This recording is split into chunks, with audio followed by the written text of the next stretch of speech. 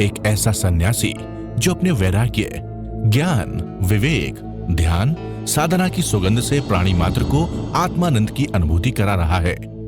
एक ऐसा प्रवचनकार जिसके प्रवचन श्रवण के लिए हर जाति, संप्रदाय, समाज, क्षेत्र के लोग आतुर रहते हैं। एक ऐसा आत्मार्थी संत जो श्रमण संस्कृति की लौ को भौतिकता की चकाचौंध में भी निरंतर प्रज्वलित रखने हेतु संकल्पित है। एक ऐसा आध्यात्म योगी जो अपनी ध्यान साधना के द्वारा पूरे विश्व को सुख, शांति, समृद्धि का मार्ग दिखा रहा है। एक ऐसा महासाधक जो भारतीय ऋषि परंपरा को पुष्ट रखते हुए साधनारत है। ऐसे महान व्यक्तित्व का नाम है आचार्य सम्राट पूज्य श्री शिव मुनि जी महाराज साहेब। अरिहंत परमात्मा की अनंत अनंत कृपा बरसी है। जड़ और जीव का पूरा भेद प्रभु ने हर दृष्टि से समझा दिया है, बता दिया है, गहरे प्रयोग भी करवा दिए हैं। अब हमें अनादिकाल के मिथ्यात्व और मोह को तोड़ना है। ये मिथ्यात्व इस जन्म का नहीं, जन्मों जन्मों का है। जिस गति, जिस योनि में गए, वहाँ का संस्कार साथ लेके चले आ रहे हैं। फिर से जाने जड़ और जीव का भेद क्या है। जड़ और जीव, जड़ में जीव है पर जीव जड़ से भिन्न है। जीव के आने से जड़ का निर्माण हुआ। जब जीव गर्भ में प्रवेश करता है, आहार लेता है, शरीर, इंद्रियां, श्वासोश्वास, भाषा, मन, ये 6 पर्याप्ति बनती है। माँ के गर्भ में 9 महीने शरीर का निर्माण होता है। धीरे धीरे बच्चा बाहर आता है। उसका बाहर आने को हम जन्मदिन कह देते हैं। जब जीव चला जाता है उसको मृत्यु कह देते हैं। ये कितना गहरा मिथ्यात्व प्रभु ने बताया। आज तक हम जानते हुए भी ये जन्म तिथि, ये मृत्यु तिथि, ये संस्कार इतने गहरे पड़ गए हैं कि हम उससे बाहर निकलना चाहते हैं तो निकल नहीं पाते। अब समझो कि जन्मदिन किसका है, मृत्यु किसकी है। जीव का जन्म नहीं, जीव की मृत्यु नहीं। जीव का ये पड़ाव है। अनादिकाल से जीव एक यात्री है। हर यात्रा में, हर गति में जीव यात्रा करते करते आज यहाँ पहुँच गया। किसी को पुरुष की काया मिली, किसी को स्त्री की काया मिली, किसी को काया लंबी मिली, छोटी मिली, काली मिली, गोरी मिली। किसी को स्त्री का रूप मिला, किसी को पुरुष का रूप मिला। और संबंध बनते गए। माता पिता, बहन भाई, गुरु शिष्य, पति पत्नी, चाचा भतीजा, कितने संबंध बनाए, कितने संबंध बनाए। जीव का कोई संबंध नहीं। जीव का इससे कोई मतलब ही नहीं। फिर भी हम संबंधों में उलझते रहे, संबंधों को अपना मानते रहे, उसको अपना मानते रहे और राग द्वेष करते रहे। राग द्वेष कौन करता है? जीव करता है नहीं। जीव मात्र दृष्टा है। और ये काया करता और भोगता है। काया करती है और काया भोगती है। जीव मात्र दृष्टा है। जीव अपने स्वभाव में रहे तो अनंत अनंत कर्म निर्जित कर सकता है। पर जीव की सबसे बड़ी भूल कि जीव अपनी स्वभाव में, विभाव में चला जाता है और अपनी शक्ति इसे देह को दे देता है। देह का मतलब मन, बुद्धि और इंद्रियों को दे देती है। मन बलवान हो जाता है, बुद्धि बलवान हो जाती है, इंद्रियां बलवान हो जाती है। और उस कारण जीव अनादिकाल से 4 गति 84 लाख जीवा योनियों में हम भ्रमण करते आ रहे हैं। कितना पापों का सेवन किया। प्राणातिपात, मृषापात, अततदान, मैथुन, परिग्रह, क्रोध, मान, माया, लोभ, राग द्वेष, कलह, अव्याख्यान, पेशुन्या, परिवाद, रति अरति, माया, मोसा, मिथ्या दर्शन, छल। जीव जब देह में जुड़ जाता है तो सारे पाप स्थानकों का सेवन होता है। इसलिए बार बार प्रभु कहते हैं जड़ और जीव का भेद करते चले जाइए, करते चले जाइए। जड़ और जीव का भेद जितना गहरा होगा, जितना परिपूर्ण होगा, उतना आप आगे बढ़ जाएंगे। अरिहंत परमात्मा केवल ज्ञानी जड़ और जीव के प्रतिपल अपने स्वभाव में रहते, एक समय भी उनको कोई भाव में नहीं जाता। हम कितने भी भाव में चले जाते हैं, फिर देखिए जड़ क्रिया करता है, भोगता है। हम जीव मान लेते हैं, मैंने किया, मैंने ये किया, मैंने तप किया, मैंने जप किया, मैंने उसको सुधारा, मैंने धन कमाया, मैंने पद पाए, मैंने भोजन बनाया, ये सब किया। ये सब क्रिया देह की है। जीव मात्र दृष्टा है, मात्र दृष्टा है। अपने स्वभाव में बना रहे, बार बार स्वभाव में रहे। अब ये साधना की पुष्टि करनी है आपने। जड़ और जीव का भेद बनाते हुए जीव अक्रिय में रहे, जीव अलिप्त रहे। इतना जीव अक्रिय रहेगा, अलिप्त रहेगा, निर्विकार निर्विचार होंगे तो कर्म लगेंगे नहीं, और जीव गहरे जाता जाता अपने आत्मा के सुख में चला जाता है। सुख बढ़ता चला जाता है, कर्म छूटते चले जाते हैं। और जीव पर जो कार्मन, उदारक पर जो कार्मन है काया, वो कर्म छड़ते चले जाते हैं। सुंदर, बहुत सुंदर विधि प्रभु ने दी है कि यदि आप सिद्धालय जाना चाहते हो, अरिहंत सिद्ध बनना चाहते हो, क्षमता है, क्योंकि सब आत्माएं समान हैं, सब में केवल ज्ञान, केवल दर्शन समाया। अष्टगुणों की संपदा जीव की है, काया की नहीं है। अष्टगुणों की संपदा इस जीव की है। अष्टगुणों की संपदा को हम अपने स्वभाव में रह करके इसका निरंतर परीक्षण करते रहें, चिंतन करते रहें, मनन करते रहें, अपने स्वभाव में बार बार आते रहें। और ये साधना केवल 4-6 घंटे 8 घंटे की नहीं है, ये 24 घंटे की साधना है। प्रतिपल उठते बैठते चलते सोते खाते पीते अस्तित्व का होश बना रहे, जागृति बनी रहे, विवेक बना रहे, आपकी समर्थ्यता बनी रहे, आप आगे बढ़ जाओगे। और जितना भेद परिपूर्ण होगा, ये सारे भेद बहुत गहराई से प्रभु ने बता दिया कि कैसे कैसे भेद में हम उलझ रहे हैं। हम जीव जड़ में चला जाता है और सारा संसार में उलझ जाता है। सारा संसार को अपना कर्ता भोक्ता मान लेता है। मैंने ये किया, मैंने समाज सुधार के ये कार्य किया, मैंने प्रवचन किया, मैंने ध्यान शिविर लगाए, मैंने उसको उद्बोधन दिया। जीव कुछ करता ही नहीं, मात्र दृष्टा है। उद्बोधन तो अरिहंत परमात्मा ही दे सकते हैं, हम क्या उद्बोधन दे सकते हैं। हम मात्र अपने स्वभाव में रहें। जितना गहरा मौन का पालन होगा, जितना आप गहरा भीतर जाओगे, आपकी साधना बढ़ती चली जाएगी।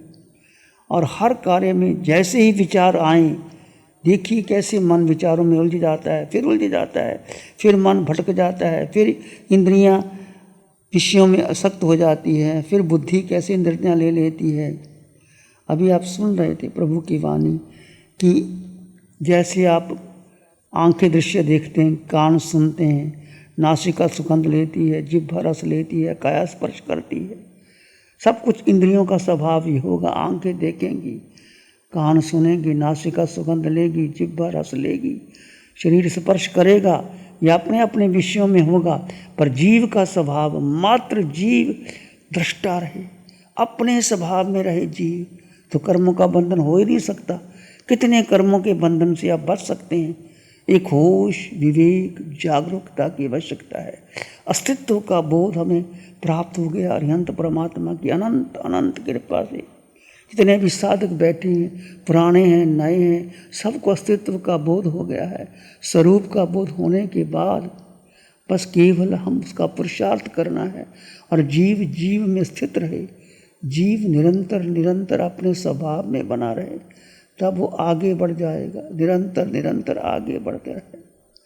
जो कुछ क्रिया होती है, मन वचन काया, मन वचन काया, जीव का मन नहीं, जीव की बुद्धि नहीं, जीव की इंद्रियां नहीं, जीव का कुछ भी जीव का नहीं है। मन बुद्धि इंद्रियां जीव के नहीं, सोच विचार जीव का नहीं, संकल्प विकल्प जीव का नहीं। कुछ संबंध नहीं, जीव मात्र दृष्टा है और अनंत सुख से संपन्न परिपूर्ण जीव, अनंत ज्ञान, अनंत दर्शन, अनंत सुख, अनंत शक्ति। जीव का वजन नहीं, जीव का नाम नहीं, जीव का लिंग नहीं, गोत्र नहीं, कुल नहीं, परंपरा नहीं, जीव का वजन नहीं। ये वजन काया का है, जीव का वजन नहीं। जीव का नाम नहीं, काया का नाम है। जीव के माता पिता, बहन भाई, गुरु शिष्य कुछ भी नहीं। ये सारे संबंध देह के बने हुए हैं। कैसे हम उलझे हुए हैं।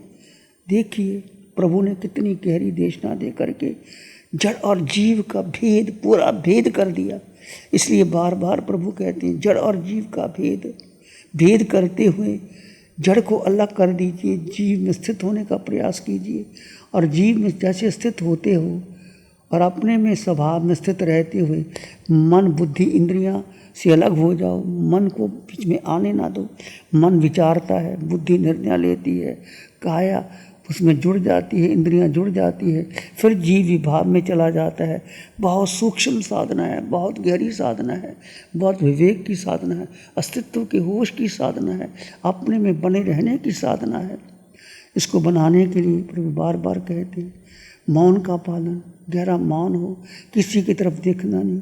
कौन बैठा है, कैसे बैठा है, कैसे कपड़े पहने हैं, क्या कर रहा है, किसी की तरफ ध्यान नहीं देना।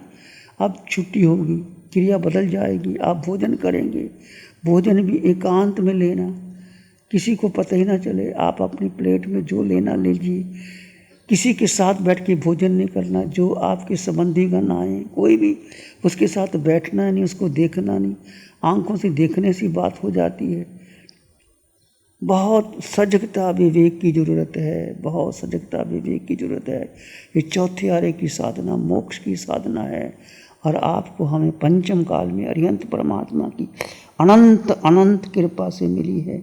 आपका अनंत पुण्य है जो सी साधना भगवान दे रहे हैं। चारों शासन देवों की अनंत कृपा, अरिहंत परमात्मा की कृपा, वीतराग साधिका निशा जी का अथक प्रयास, वीतराग साधिका अपने शरीर का अंग अंग कण कण गला गला की साधना देती है, सुबह शाम साधना देती है, पूरी जागरूकता के साथ साधना देती है। अभी जागरूकता हमें अपनी देखनी है कि मैं अपने कर्मों को निर्जित कैसे कर सकूं, मैं कैसे बाहर आ सकूं।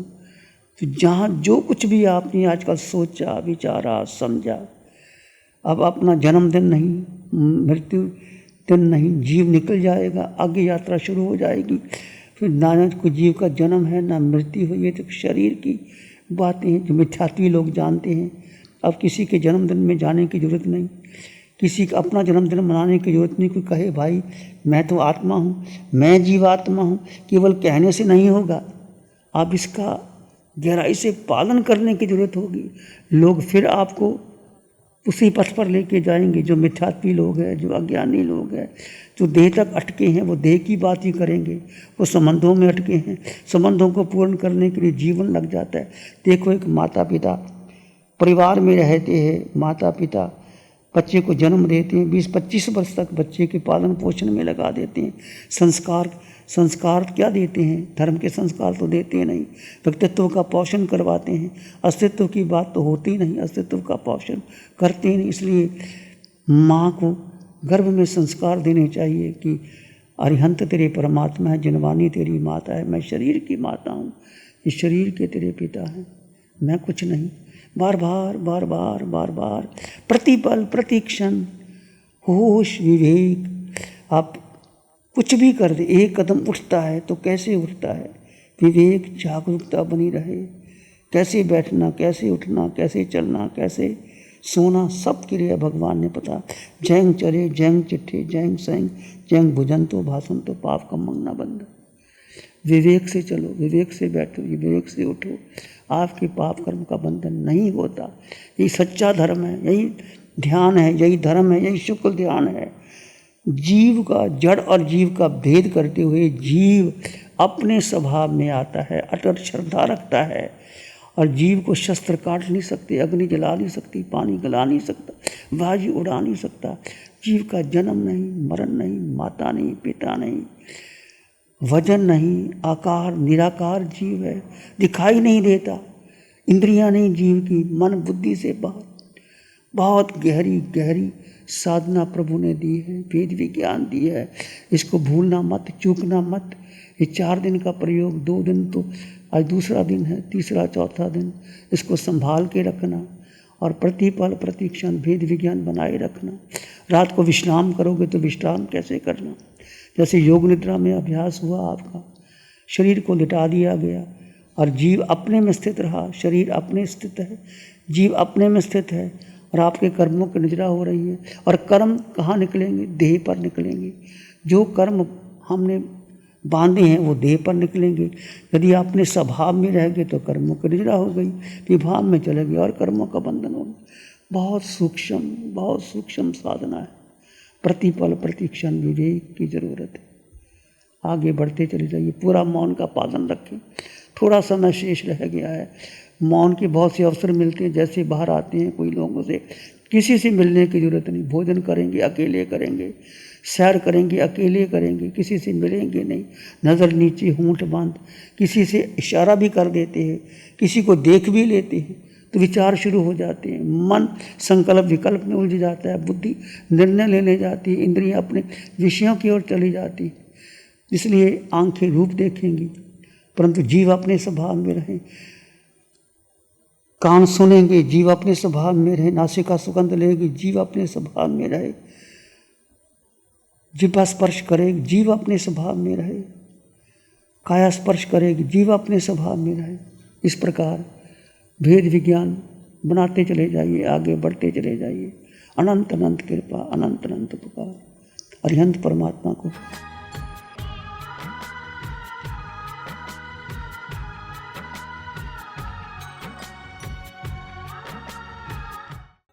नमो अरिहंतानंग, नमो सिद्धानंग, नमो आइडियानंग, नमो विजयनंग, नमो लोय सब साहुनंग, धम्मो मंगल मुखी ठमा हिंसा संयमो तव देवावित्तंग नमं संति जस धम्मे श्यामन।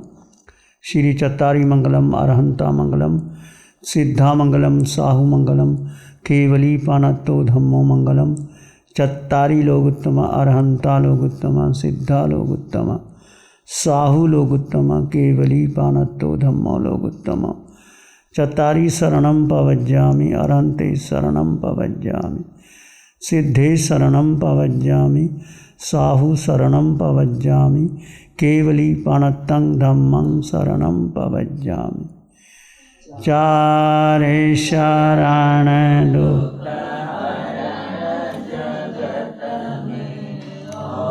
रेन शरणा को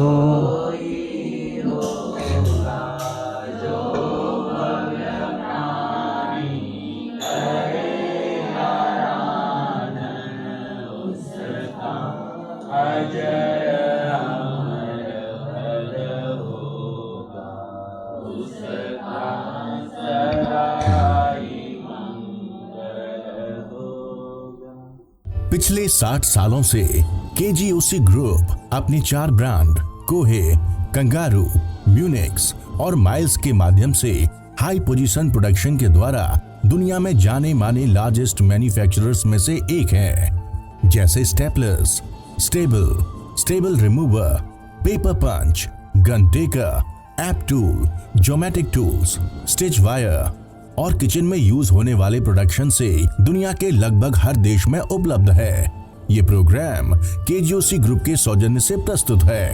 निज आत्म को ढाले